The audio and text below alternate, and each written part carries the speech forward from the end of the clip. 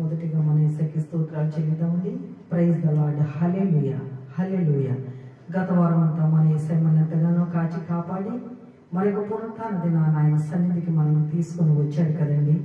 కూడి వచ్చిన మీ అందరికీ, లైవ్లో వీక్షిస్తున్న ప్రతి ఒక్కరికి గాడ్స్ గాస్పెల్ మినిస్ట్రీస్ తరఫున వందనాలు తెలియజేస్తున్నాను. మరి ఇప్పుడు కార్యక్రమాన్ని ప్రారంభించుకోవడానికి ముందుగా ప్రార్థనతో ప్రారంభించుకుందామండి. మమ్మల్ని మిక్కిలిగా ప్రేమించిన మా ప్రియ పరలోక తండ్రి, మీ పాదాలకు స్తోత్రాలు స్తుతులు చెల్లిస్తున్నామయ్యా.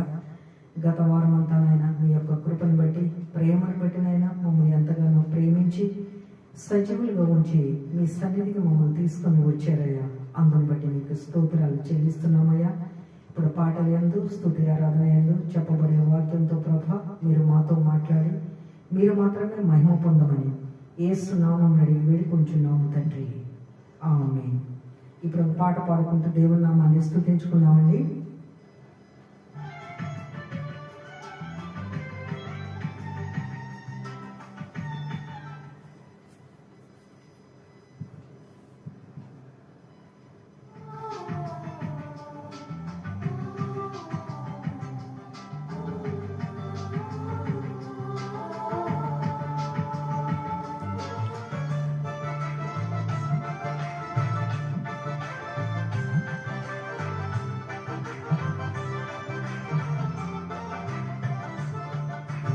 కనుల వెంబడి కన్నీరు రానీయగా, నా ముఖములో దుఃఖమే ఉండనీయగా, చిరునవ్వుతో నింపిన యేసయ్యా, చిరునవ్వుతో నింపిన యేసయ్యా. ఆరాధన ఆరాధన ఆరాధన నీకే, ఆరాధన ఆరాధన ఆరాధన నీకే, ఆరాధన ఆరాధన ఆరాధన నీకే, ఆరాధన ఆరాధన ఆరాధన నీకే. నా కనుల వెంబడి కన్నీరు రానీయగా, నా ముఖములో దుఃఖమే ఉండనీయగా, చిరునవ్వుతో నింపిన యేసయ్యా, చిరునవ్వుతో నింపిన యేసయ్యా.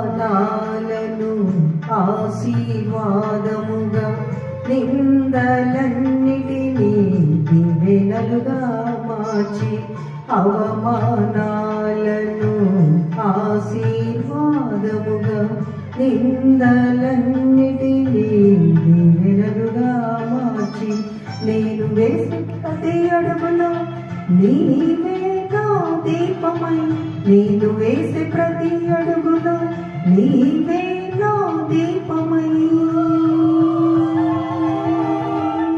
చిరునవ్వుతో నింపిన యేసయ్యా, చిరునవ్వుతో నింపిన యేసయ్యా. ఆరాధన ఆరాధన ఆరాధన నీకే, ఆరాధన ఆరాధన ఆరాధన నీకే, ఆరాధన ఆరాధన ఆరాధన నీకే, ఆరాధన ఆరాధన ఆరాధన నీకే.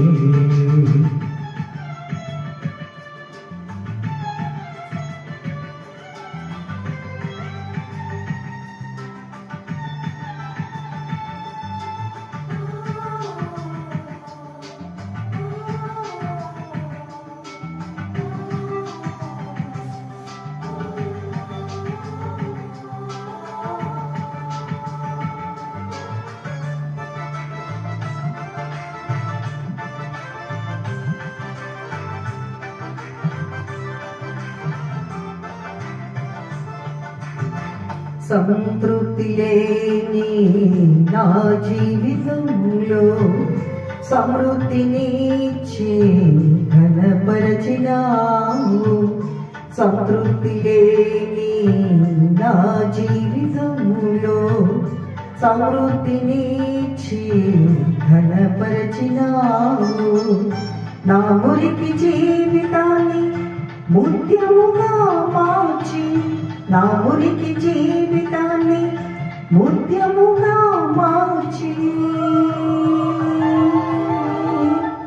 చిరునవ్వుతో నింపిన యేసయ్యా, చిరునవ్వుతో నింపిన యేసయ్యా.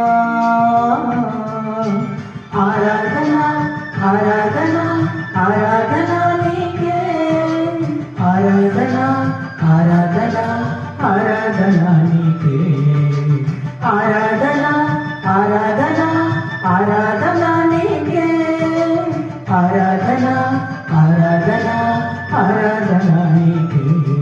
నా కనుల వెంబడి కన్నీరు రానీయక, నా ముఖములో దుఃఖమే ఉండనీయక, చిరునవ్వుతో నింపిన యేసయ్యా,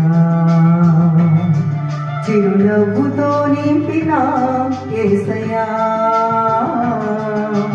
ఆరాధన ఆరాధన ఆరాధన నీకే, ఆరాధన ఆరాధన ఆరాధన నీకే, ఆరాధన ఆరాధన ఆరాధన నీకే, ఆరాధన ఆరాధన ఆరాధన నీకే. Praise the lord. హల్లెలూయా.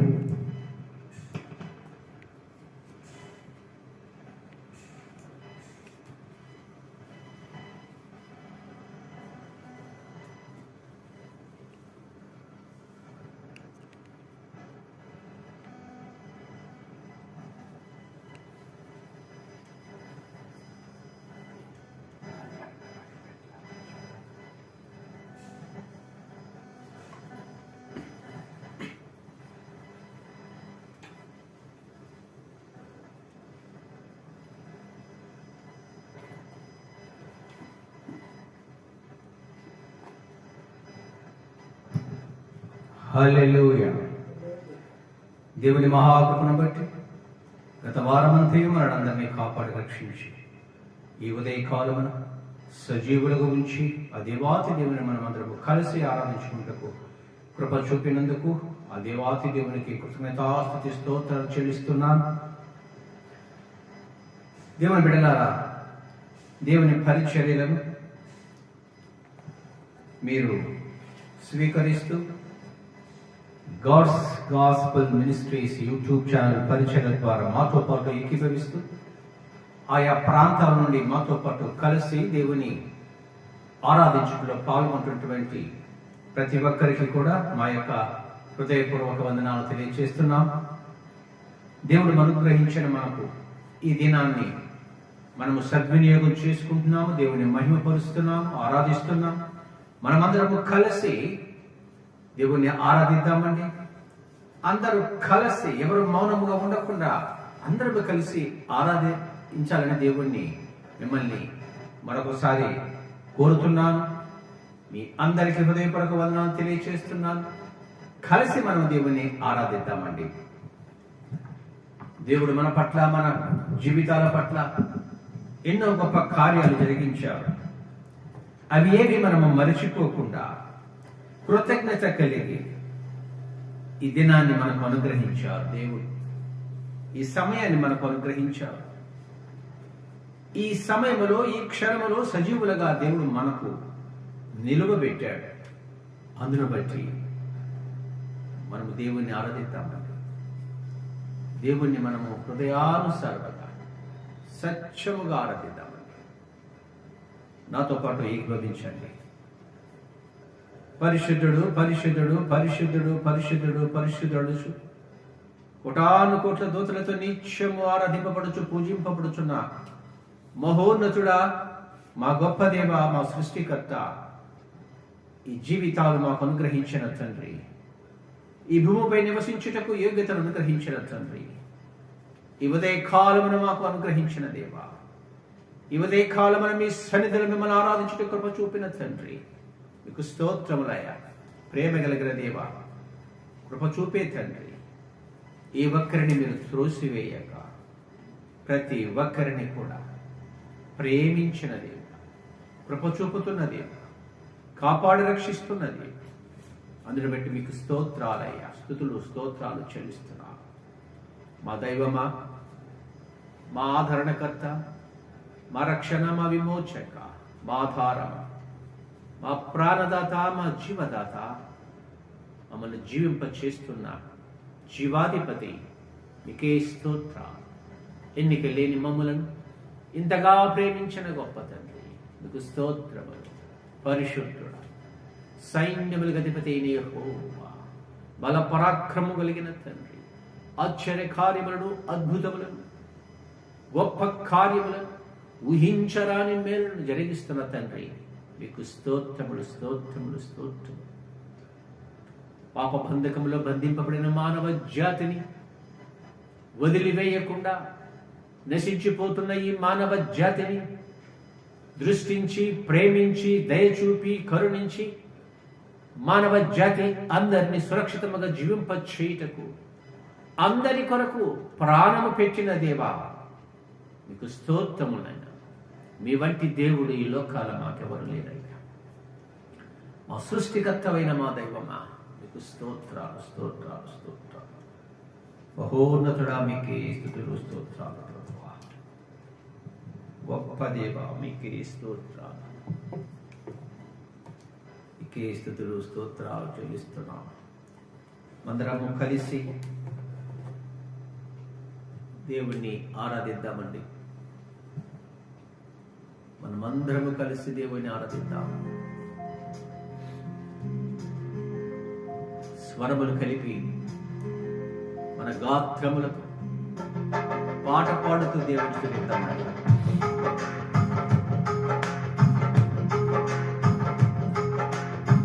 సర్వోన్నతుడా నీవే నాకు ఆశ్రయ దుర్గము. సర్వోన్నతుడా నీవే నాకు ఆశ్రయ దుర్గము. ఎవరు లేరు నాకు ఇలలో, ఎవరు లేరు నాకు ఇలలో, ఆదరణ నీవేగా,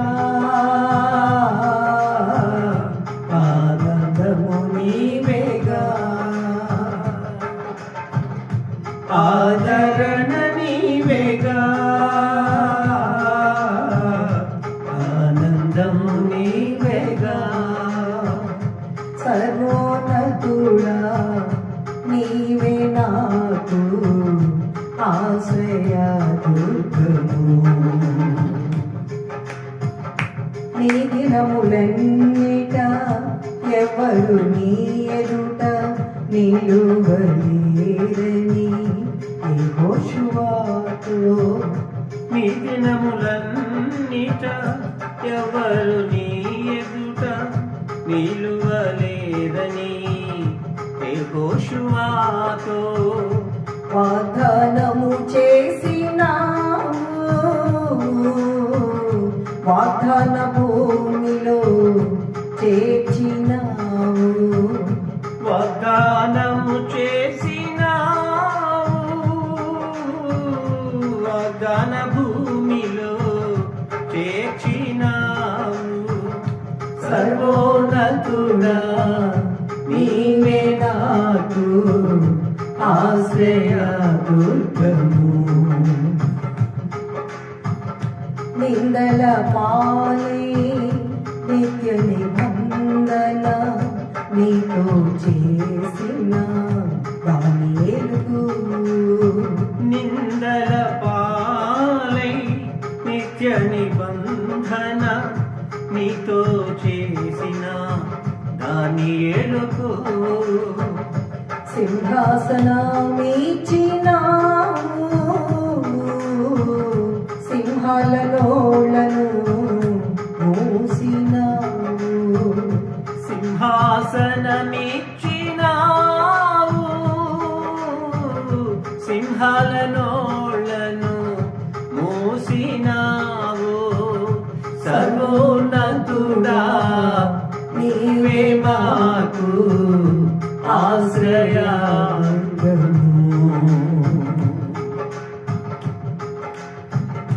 నీతి కిరీటం దర్శనముగా దర్శించిన పరిశుద్ధ పౌలుకు, నీతి కిరీటం దర్శనముగా దర్శించిన పరిశుద్ధ పౌలుకు, విశ్వాసము కాచినావు, జయ జీవితము నీచినావు, విశ్వాసము కాచినావు, జయ జీవితము ఇచ్చినావు. సర్వోన్నతుడా నీవే నాకు ఆశ్రయదుర్గము.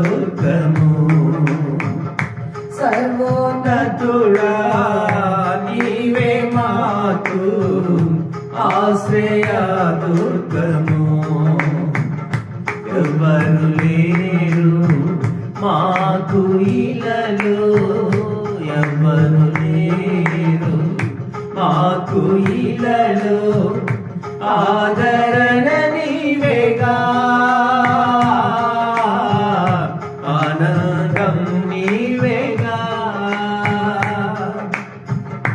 ఆదరణ నీవేగా, ఆనందము నీవేగా.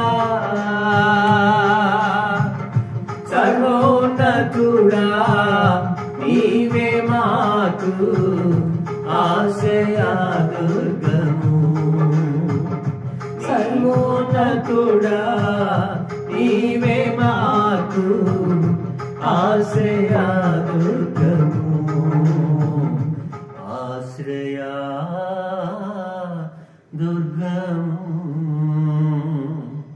అవునయ్యా, మానవ జాతికి మీరే ఆశ్రయదుర్గం, ఆదరణకర్త మీరే, పోషించి జీవింపచేసే గొప్ప దేవుడు మీరేనయ్యా. మీకే స్తోత్రములు, స్తోత్రములు, స్తోత్రములు.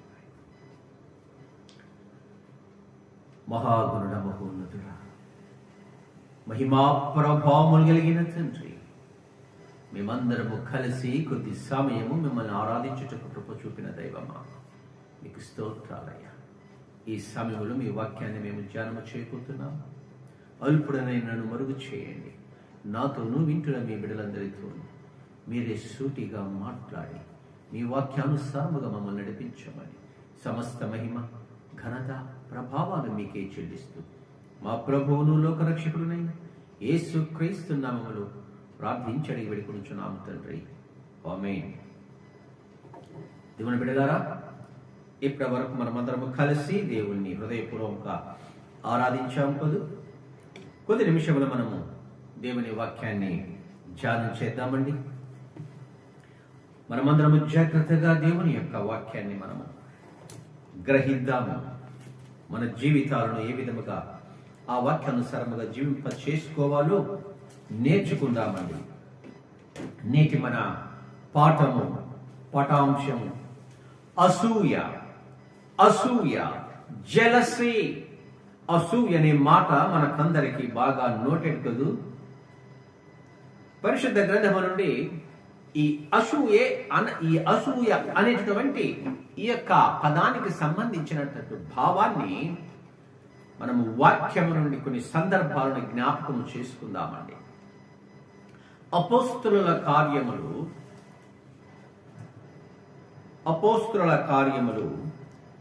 7వ అధ్యాయము 51వ వచనము చదువుకుందామండి. ముష్కరులారా, హృదయములను చెవులను దేవుని వాక్యములకు లోపరచనొల్లని వారలారా, మీ పితరుల వలె మీరును ఎల్లప్పుడూ పరిశుద్ధాత్మను ఎదిరించుచున్నారు. చాలండి.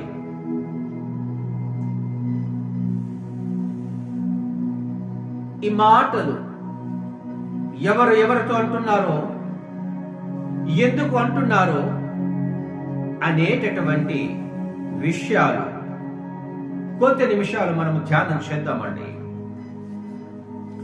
అపోస్తలుల పరిచర్యలు మహాప్రభావంగా ప్రజ్వలిల్లుతున్నటువంటి దినాలవి.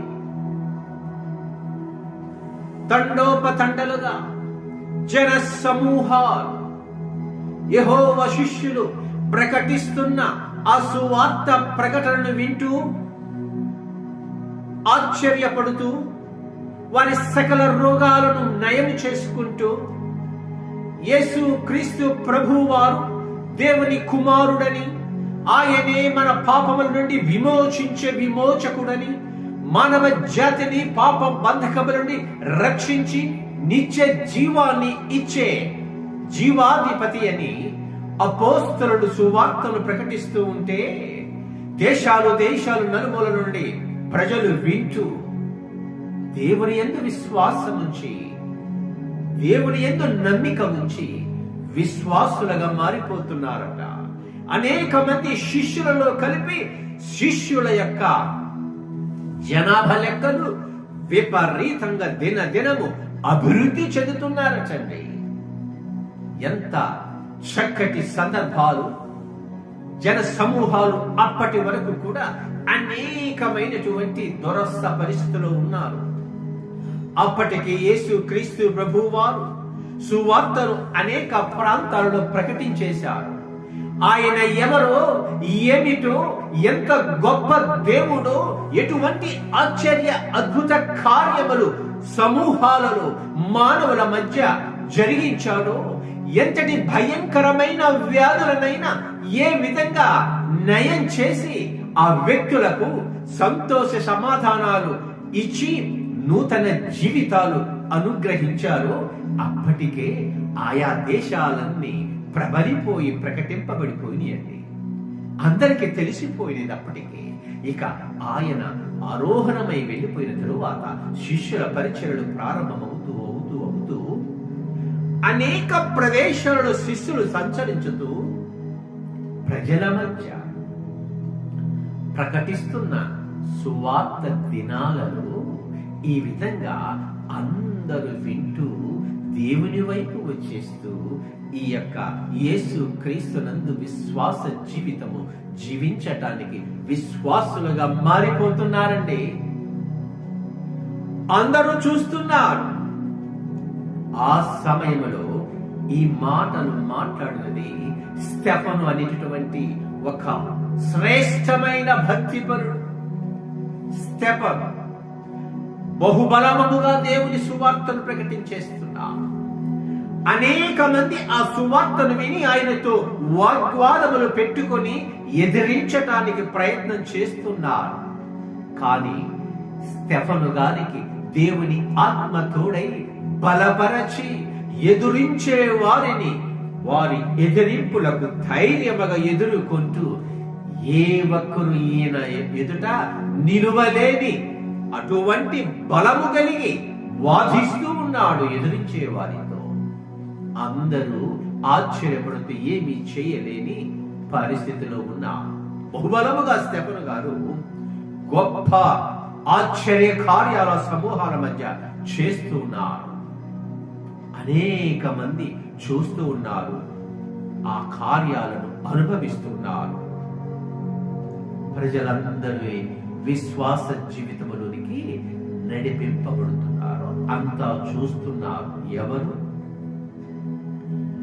ఏ యెహోవా దేవుడైతే అబ్రహాము, ఇస్సాకు, యాకోబులను ఆశీర్వదించి 12 గోత్ర ప్రజలుగా ఏర్పాటు చేసి స్టెఫను ప్రకటించే సమయానికి యూదులుగా, ఇజ్రాయేలులుగా పిలువబడుతున్న వారిలో ప్రధాన యాజకులు, ప్రజలలో పెద్దలు, పరిసయ్యులు, శాస్త్రులు, సద్దూకయ్యులు అనేటటువంటి తెగలు కలిగినటువంటి మతాన్ని వ్యాపించేవారు, ధర్మశాస్త్రాన్ని బోధించేవారు, సమాజములు అత్యధికమైనటువంటి ఉన్నత స్థాయిలో ఉన్న ఈ ప్రముఖులందరూ కూడా స్టెఫను గారి సువార్తను వింటూ ఉన్నారు. ఏమి చేయలేని పరిస్థితి. గమనించండి, ఆ ప్రజలలో కొంత అసూయపరులు, jealous people against the word of God, against the disciples of God. దేవుని యొక్క మాటకు వ్యతిరేకముగా, దేవునికి వ్యతిరేకముగా, దేవుని శిష్యులకు వ్యతిరేకముగా ఏదో చెయ్యాలి, వీరి యొక్క ఈ సువార్తను ఆపేయాలి, వీరి పరిచర్యను ఆపేయాలి, వీరిని ఆటంకపరచాలి అనేటటువంటి అసూయ వారిలో ఏర్పడిందండి. ఆ ఏర్పడి వారు అసూయతో కొన్ని అబద్ధాలను సృష్టించేస్తున్నారండి. ఏమిటో తెలుసా? ఆ వాక్యము చదువుకుందాము. అపోస్తల కార్యము 6వ వచనములో 6వ వచనములో అయితే 10వ వచనం చదవండి. 6వ అధ్యాయం 10వ వచనం. 6వ అధ్యాయం అపోస్తల కార్యం 10వ వచనం. అతడు అగపరిచిన జ్ఞానమును, అతడిని ప్రేరేపించిన ఆత్మను వారి తెలుపలేకపోయేది. అప్పుడు వారు వీడు మోషే మీదను దేవుని మీదను దూషణ వాక్యములు పలుకగా మేము వింటిమని చెప్పుటకు మనుషులను కుదుర్చుకుని పెద్దలను శాస్త్రులను రేపి అతని మీదకి వచ్చి అతన్ని పట్టుకుని మహాసభ యొక్కకు తీసుకొని పోయి అబద్ధపు సాక్షులను నిలవబెట్టి. చూడండి స్టెఫను గారు బలమైన దేవుని ఆత్మ చేత నడిపింపబడుతూ అనేకులను ఆకర్షిస్తూ దేవుని వైపుకు నడిపిస్తున్న ఆ సందర్భాలను యూదులుగా పిలువబడుతూ 12 గోత్రాల ప్రజలుగా పిలువబడుతున్న వారిలో ఇప్పుడు చెప్పబడినటువంటి ఆయా తెగల వారు, ఆయా స్థాయిలో ఉన్నవారు ఏం చేశారో చూసారా? స్టెఫనుకు వ్యతిరేకంగా మాయోపాయం చేస్తున్నారు, అబద్ధాలు సృష్టిస్తున్నారు. మోషే మనకు నాయకుడు, ధర్మశాస్త్రాన్ని మనకు అనుగ్రహించాడు. ఆ మోషేకు వ్యతిరేకముగా, దేవునికి వ్యతిరేకముగా దూషణ మాటలు మాట్లాడుతున్నారు అంటూ అబద్ధాలుగా చెబుతూ ఆ అబద్ధాలు చెప్పడానికి సాక్షులుగా కొందరిని ఏర్పాటు చేసుకుని ప్రజల పెద్దల ఎదుటకు తీసుకుని వచ్చి, మహాసభ ఎదుటకు తీసుకుని వచ్చి ఆ స్టెఫను గారిని నిలువబెట్టి నా సందర్భం అది. అప్పుడు వారు ఈ మనుష్యుడు ఈ పరిశుద్ధ స్థలములకు మన ధర్మశాస్త్రముకు విరోధముగా మాట్లాడుచున్నాడు అని అబద్ధ సాక్ష్యం పలుకుతున్నారండి. ఆ మహాసభలో ఆ పెద్దల ఎదుట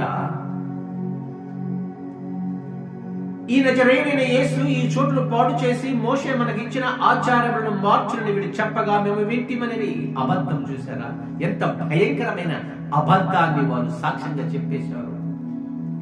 ఈ స్థలాన్ని పాడు చేసేసి, ఈ ప్రాంతాన్ని నాశనం చేసేసి, మోషే మనకిచ్చిన ఈ ధర్మశాస్త్రాన్ని, ఈ ఆచార వ్యవహారాలను మార్చేస్తారట వీళ్ళు అంటూ అబద్ధాలు చెప్పి సృష్టించారండి. నిజానికి వారు ఇవేమి మాట్లాడలేదు. స్టెఫను, ఏ శిష్యులు ఇది మాట్లాడలేదు. మారు మనస్సు పొందండి. మీ జీవితాలు భయంకరమైన దుర్మార్గముతో, దుష్టత్వంతో ఉన్నవి. మీ జీవితాలు అంధకారములో ఉండిపోయినవి. ఆచార వ్యవహారాలలో మీరు బంధింపబడి ఉన్నారు. దేవుని ఆజ్ఞను పాటించటం లేదు ఏమాత్రము. ఆచారాలైతే మీరు బాగా పాటిస్తున్నారు, కానీ దేవుడు తన ప్రజలకి ఇచ్చినటువంటి ఆజ్ఞలను, మనకి ఇచ్చినటువంటి ఆజ్ఞలను మీరు ఎవరు సరిగా పాటించటం లేదు, నిర్లక్ష్యంతో చేస్తున్నారు దేవుని ఆజ్ఞలను. ఇప్పటికైనా మీరు గ్రహించండి అంటూ చెబుతున్నారు సువార్త. మీ మనస్సు మార్చుకోనండి, మంచి మార్గంలో నడవండి అని సువార్త చెబుతుంటే ఈయనకు వ్యతిరేకంగా వారు అబద్ధాలు సృష్టించారు. ఇది నిజమేనా అంటూ, ఈ అబద్ధ సాక్ష్యాలుగా పడుతున్న నిజమేనా అంటూ ప్రధాన యాజకులు, పెద్దలు స్టెఫను గారిని ప్రశ్నించినప్పుడు స్టెఫను గారు అబ్రహాము నుండి చరిత్ర అంతా చెప్పుకొచ్చాడు. అబ్రహాము పిలిచిన ఇశ్రాయేలు జనాంగముగా ఏర్పాటు చేసిన ఈ ప్రజలు ఎంతటి దుర్మార్గులు, దుష్టులు, అబ్రహాము కాలం నాటి నుండి చెప్పుకుంటూ వచ్చి చివరికి వారిలో ఉన్న అసూయను బట్టి, వారు చూపిస్తున్న ఆ దుర్మార్గపు మాటలను బట్టి, వారి ప్రవర్తనను బట్టి ఆ పెద్దలతో చెబుతున్నటువంటి మాటలు ఏమిటి? ఆ మాటలు మనం చదువుకున్న మాటలు, ముష్కరులారా, హృదయములను చెవులను దేవుని వాక్యమునకు లోపరచ నొల్లని వారలారా, మీ పితరుల వల్ల మీరు ఎల్లప్పుడూ పరిశుద్ధాత్మను ఎదిరించుచున్నా. గమనించండి దేవుని బిడ్డలారా, పితరులు ఏం చేశారండి? అబ్రహాము, ఇస్సాకు, యాకోబులను ఆశీర్వదించి ఆ జనాంగాలను నడిపించినటువంటి ఆ పితరులు యాకోబు కుమారు 12 యోసేపు తన అన్నలు చేసిన దుర్మార్గము చూశాము కదూ. కేవలం అసూయతో, పగతో యోసేపు మీద వారి ప్రయత్నాలు మనకు తెలుసు కదూ. వాక్యములు చదువుకున్నా, ఆ చరిత్ర అంతా మనకు తెలుసు. ఆది కాండములో మనకు ఆ చరిత్ర అంతా కనిపిస్తుంది. 37వ వచనములో చదివితే ఆ చరిత్ర అంతా కనిపిస్తుంది. యోసేపు మీద అధికమైన ప్రేమ, చిన్నవాడని. ఈ మోషే యొక్క, యాకోబు యొక్క 4 భార్యలలో దాసురాండైనటువంటి ఇద్దరు భార్యలకు పుట్టినటువంటి కుమారులు వారి యొక్క చెడుతనం, ఆ ఇద్దరు భార్యలు దాసీలుగా ఉన్నటువంటి బిల్హాజిల్పాకు పుట్టినటువంటి కుమారులండి. వారు యోసేపు వారి చేష్టలను చూస్తూ ఉన్నారు, వారి మధ్య ఉన్నారు. యాకోబు గారు, నీ అన్నలు గొర్రెలను మేయిచు ఉన్నారు, సుదూర ప్రాంతాలకు వెళ్ళారు, వారి యోగక్షేమాలు ఎలాగున్నాయో తెలుసుకుని రమ్మన్నప్పుడు ఈయన వారి దగ్గరికి వెళ్ళి వారి దగ్గర ఉండి గమనిస్తూ వారి దుర్మార్గమైన చెడ్డ పనులన్నీ కూడా తండ్రి గారికి, యాకోబు గారికి ఎప్పటికప్పుడు తెలియజేస్తున్నాడు. అంత మాత్రమే కాదు, ఆయనకు కరణ వచ్చాయి 2 సందర్భాలు. అన్నలారా, నాకు కరణ వచ్చాయి, పనులున్నాయి, 11 పనులున్నాయి. నా పనకు 11 పనులు లేచి నమస్కారం చేశాయి అన్నలారా అంటే అసూయపడ్డారు. నీవు గొప్పవాడవా, మేము తక్కువ వారమా, నీకు మేము నమస్కారం చెయ్యారా అని అసూయపడ్డారు. మరొక కళ, సూర్య చంద్రులు ఉన్నారు, నక్షత్రాలు 11 ఉన్నవి, అందరూ నాకు సాష్టాంగ నమస్కారం చేస్తున్నారు అని కళ కన్నారు. ఈ కళను అందరూ విన్నారు, తండ్రి కూడా విన్నాడు. తండ్రి గద్దించారు, ఏంటి మేము తల్లిదండ్రులకు కూడా నీకు నమస్కారం చెయ్యాలా అని. కానీ ఆయన మనస్సును దాచుకున్నాడు. ఆ కళ భావానికి అన్నలైన వారంతా బహుగా పగబట్టారు, అసూయపడ్డారు. ఈ విధముగా ఇతన్ని చంపేయాలి, చివరికి చంపేయడానికి ప్రయత్నం చేశారు. కానీ రూబేను చంపకుండా గోతిలో పడేయండి అయ్యా అన్నాడు. చాలు అన్నాడు. కానీ గోతిలో నుండి అతన్ని బయటికి తీసి యూదా అతన్ని చంపి మనకు వచ్చే ప్రయోజనం ఏముంది, అతన్ని అమ్మివేద్దామన్నాడు. చివరికి అతన్ని చంపకుండా మిద్యానీయులకి, ఐగుప్తు దేశానికి వ్యాపారం చేసుకునే ఇస్మాయిలీయులకి యోసేపుని అమ్మి ఐగుప్తుకు పంపించేశాడు. ఐగుప్తు దాస్యములో ఉన్నారు. గమనించండి, సహోదరుడి మీద పగతో, అసూయతో అతన్ని చంపాలని ప్రయత్నం చేసి ఆ సందర్భంలో చంపటానికి సిద్ధపడినప్పుడు కూడా దేవుడు ఆ యోసేపుకు తోడుగా ఉండి వారి నుండి కాపాడి ఐగుప్తు దేశానికి పంపించి ఐగుప్తు దేశంలో చివరికి ఎటువంటి స్థాయికి వచ్చాడు? దేశానికి ప్రధానమంత్రి స్థాయికి వచ్చాడు కదా. ఏ అన్నలైతే అతన్ని ద్వేషించి అతన్ని చంపాలనుకున్నాడు, అదే అన్నలు యోసేపు దగ్గరికి ఆశ్రయం కోసము, ఆహారం కోసం వెళ్ళారు కదా.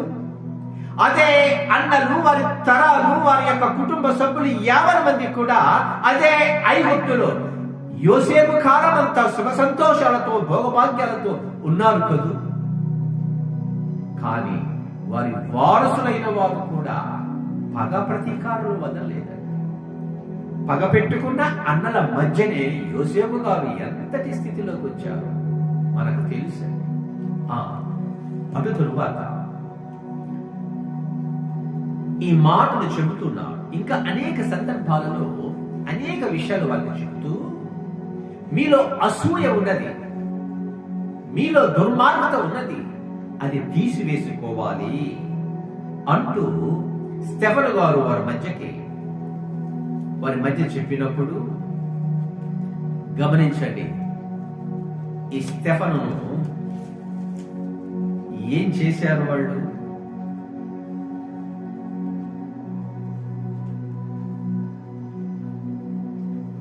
7వ అధ్యాయంలోని మనము చూస్తామండి.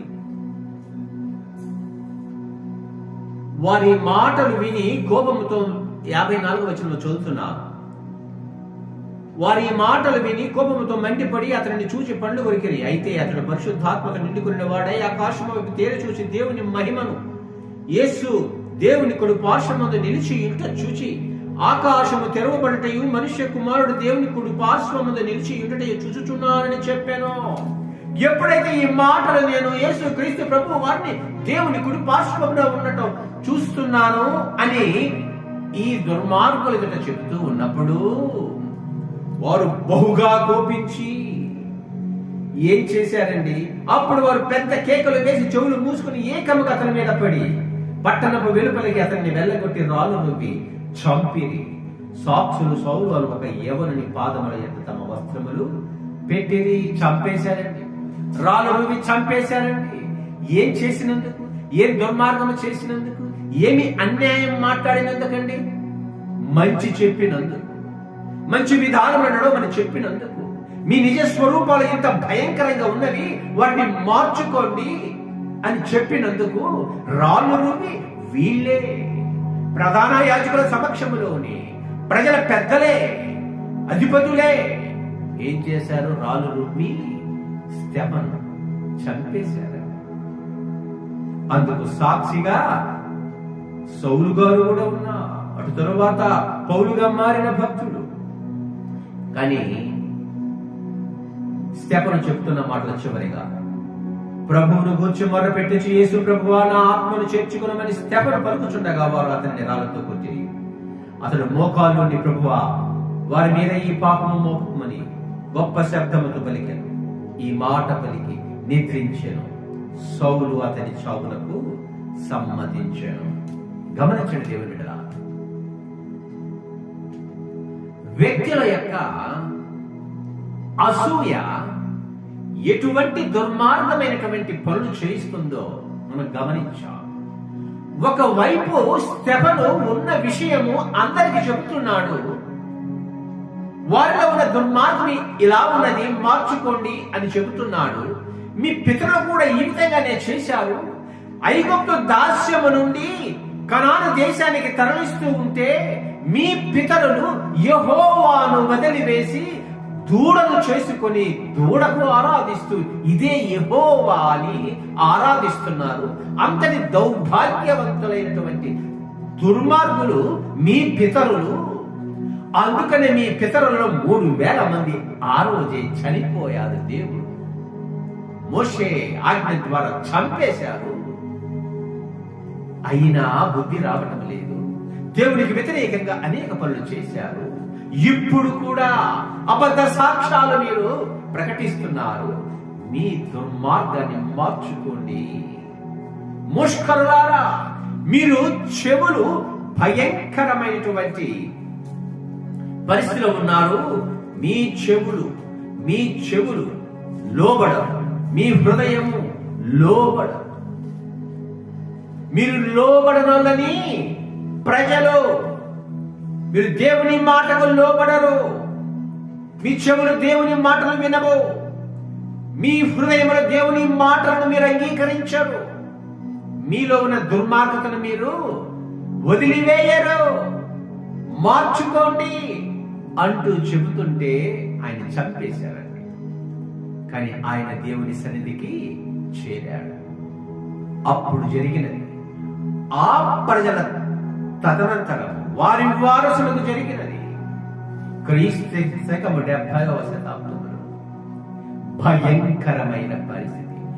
రోమా సామ్రాజ్యములో టైటస్ అనేటువంటి సేనాధిపతి యూదా జనాంగాన్ని, యెరూషలేములో ఉన్న వారిని, 12 గోత్రముల ప్రజలుగా పిలువబడుతున్న వారిని ఈ భయంకరమైనటువంటి స్తపన విషయములో ప్రవర్తించిన ఆ వ్యక్తుల వారసులను రక్తపాతము సృష్టించి సర్వనాశనము చేసి ఆ వీధుల రక్తమంతా ప్రవహించిందట. చూసారా? అసూయతో ఒకరి మీద మనము భయంకరమైన పరిస్థితి కల్పించి ఇతరులను మనము ప్రమాదము సృష్టించి వారిని హతము చేస్తే ఈ అసూయ పరులు తప్పించుకోలేరు. ఈ అసూయ పరులు ఎట్టి పరిస్థితిలో తప్పించుకోలేరు. చేసిన తప్పుకి శిక్ష అనుభవించక తప్పదు. దానియేలును సింహపు బోనులో వేసి చంపేయాలి అనుకున్నటువంటి ఆ దుర్మార్గులైనటువంటి అధిపతులకు చివరికి ఏమి జరిగింది? దానియేలును సింహపు బోనులో వేసినా కానీ సింహముల నోరును మూసివేసి దానియేలును రక్షించిన దేవుడు దానియేలును చంపాలని ప్రయత్నం చేసి పన్నాగము చేసి రాజును కూడా వారికి లోపరుచుకుని శాసనము చేశారో ఆ వారందరూ సింహపు బోనులో పడవేయబడినప్పుడు సింహములు పడక ముందు వారిని కొరికి నలిపి పారేసి. గమనించారా దేవుని బిడ్డలారా? దేవుని ప్రజలకు హాని చేయాలని ఎవరైనా కూడా తగిన శిక్ష అనుభవించక తప్పదు. మన జీవితాలలో మనము నేర్చుకోవలసినది, మనం ఎవరి పట్ల కూడా అసూయ కలిగి ఉండకూడదు. మన హృదయాలను మార్చుకోవాలి, మన ఆలోచనలు మార్చుకోవాలి, దేవుని వాక్యానికి లోబడాలి. గత జీవితం మనది భయంకరంగా ఉన్నట్లయితే ఈ దేవుని మాటలకు లోబడి మన ప్రవర్తనను మనము మార్చుకోవాలండి. మన విధానాన్ని మనము మార్చుకోవాలండి. ఎవరు చూడటం లేదు, మనకు బలమున్నది, బలగమున్నది, ఎదుటి వారిని హింసిద్దాము, ఏదైనా చేసేద్దాము, మన ఇష్టం వచ్చినట్టు చేసేద్దాము అని అనుకున్నారో దేవుడు చూస్తూ ఊరుకోడు. రాజుల్ని హతము చేసిన దేవుడు, రాజ్యాన్ని నశింప చేసిన దేవుడు, దుర్మార్గులకు ప్రతిదండన చేసిన దేవుడు. కానీ దేవుడి కృప ఏమిటో తెలుసా? ఎవరు దుర్మార్గంగా మరణించకూడదట, సన్మార్గులై దేవుని బిడ్డలుగా మారాలట. అందుకు దేవుడిస్తున్న అవకాశము. ఈ మాటలు వింటున్న దేవుని బిడ్డలారా, మీ జీవితాలు ఏ విధంగా ఉన్నాయి? చెడు మార్గంలో ఉన్నారా? అసూయ, పగ, ద్వేషం అనేటువంటి స్థితిలో మీరు ఒకవేళ ఉన్నట్లయితే వాటిని తొలగించుకోండి. ఎంతకాలము మనం జీవిస్తాం? మన దేహాలు ఎంతకాలము జీవం కలిగి ఉంటాయి? ఒకనాడు మరణించక తప్పదు. చేసిన దుర్మార్గం అంతా వ్యర్థంగా పోదు కదా. శిక్ష అనుభవించక తప్పదు. జీవిత కాలంలోనే ఎవరైనా చేసిన దానికి శిక్ష అనుభవించక తప్పదు. ఈ జీవితంలో శిక్ష అనుభవిస్తారు. జీవిత అనంతరము కూడా శిక్ష పడుతున్నది. అది జ్ఞాపకం పెట్టుకోవాలా. శరీరానికి శిక్ష, అలాగే ఆత్మకు భయంకరమైన శిక్ష ఉంటుంది. అది తప్పించుకోవడానికి ఈ శరీరము చేసే దుర్మార్గమైన పనులన్నీ మానివేసి సన్మార్గములో వెళ్ళాలని దేవుని మాటలు చెప్పి ప్రకటిస్తున్నారు శిష్యులు. ప్రతి ఒక్కరూ దేవుని బిడ్డలు అదే ప్రకటిస్తున్నారు.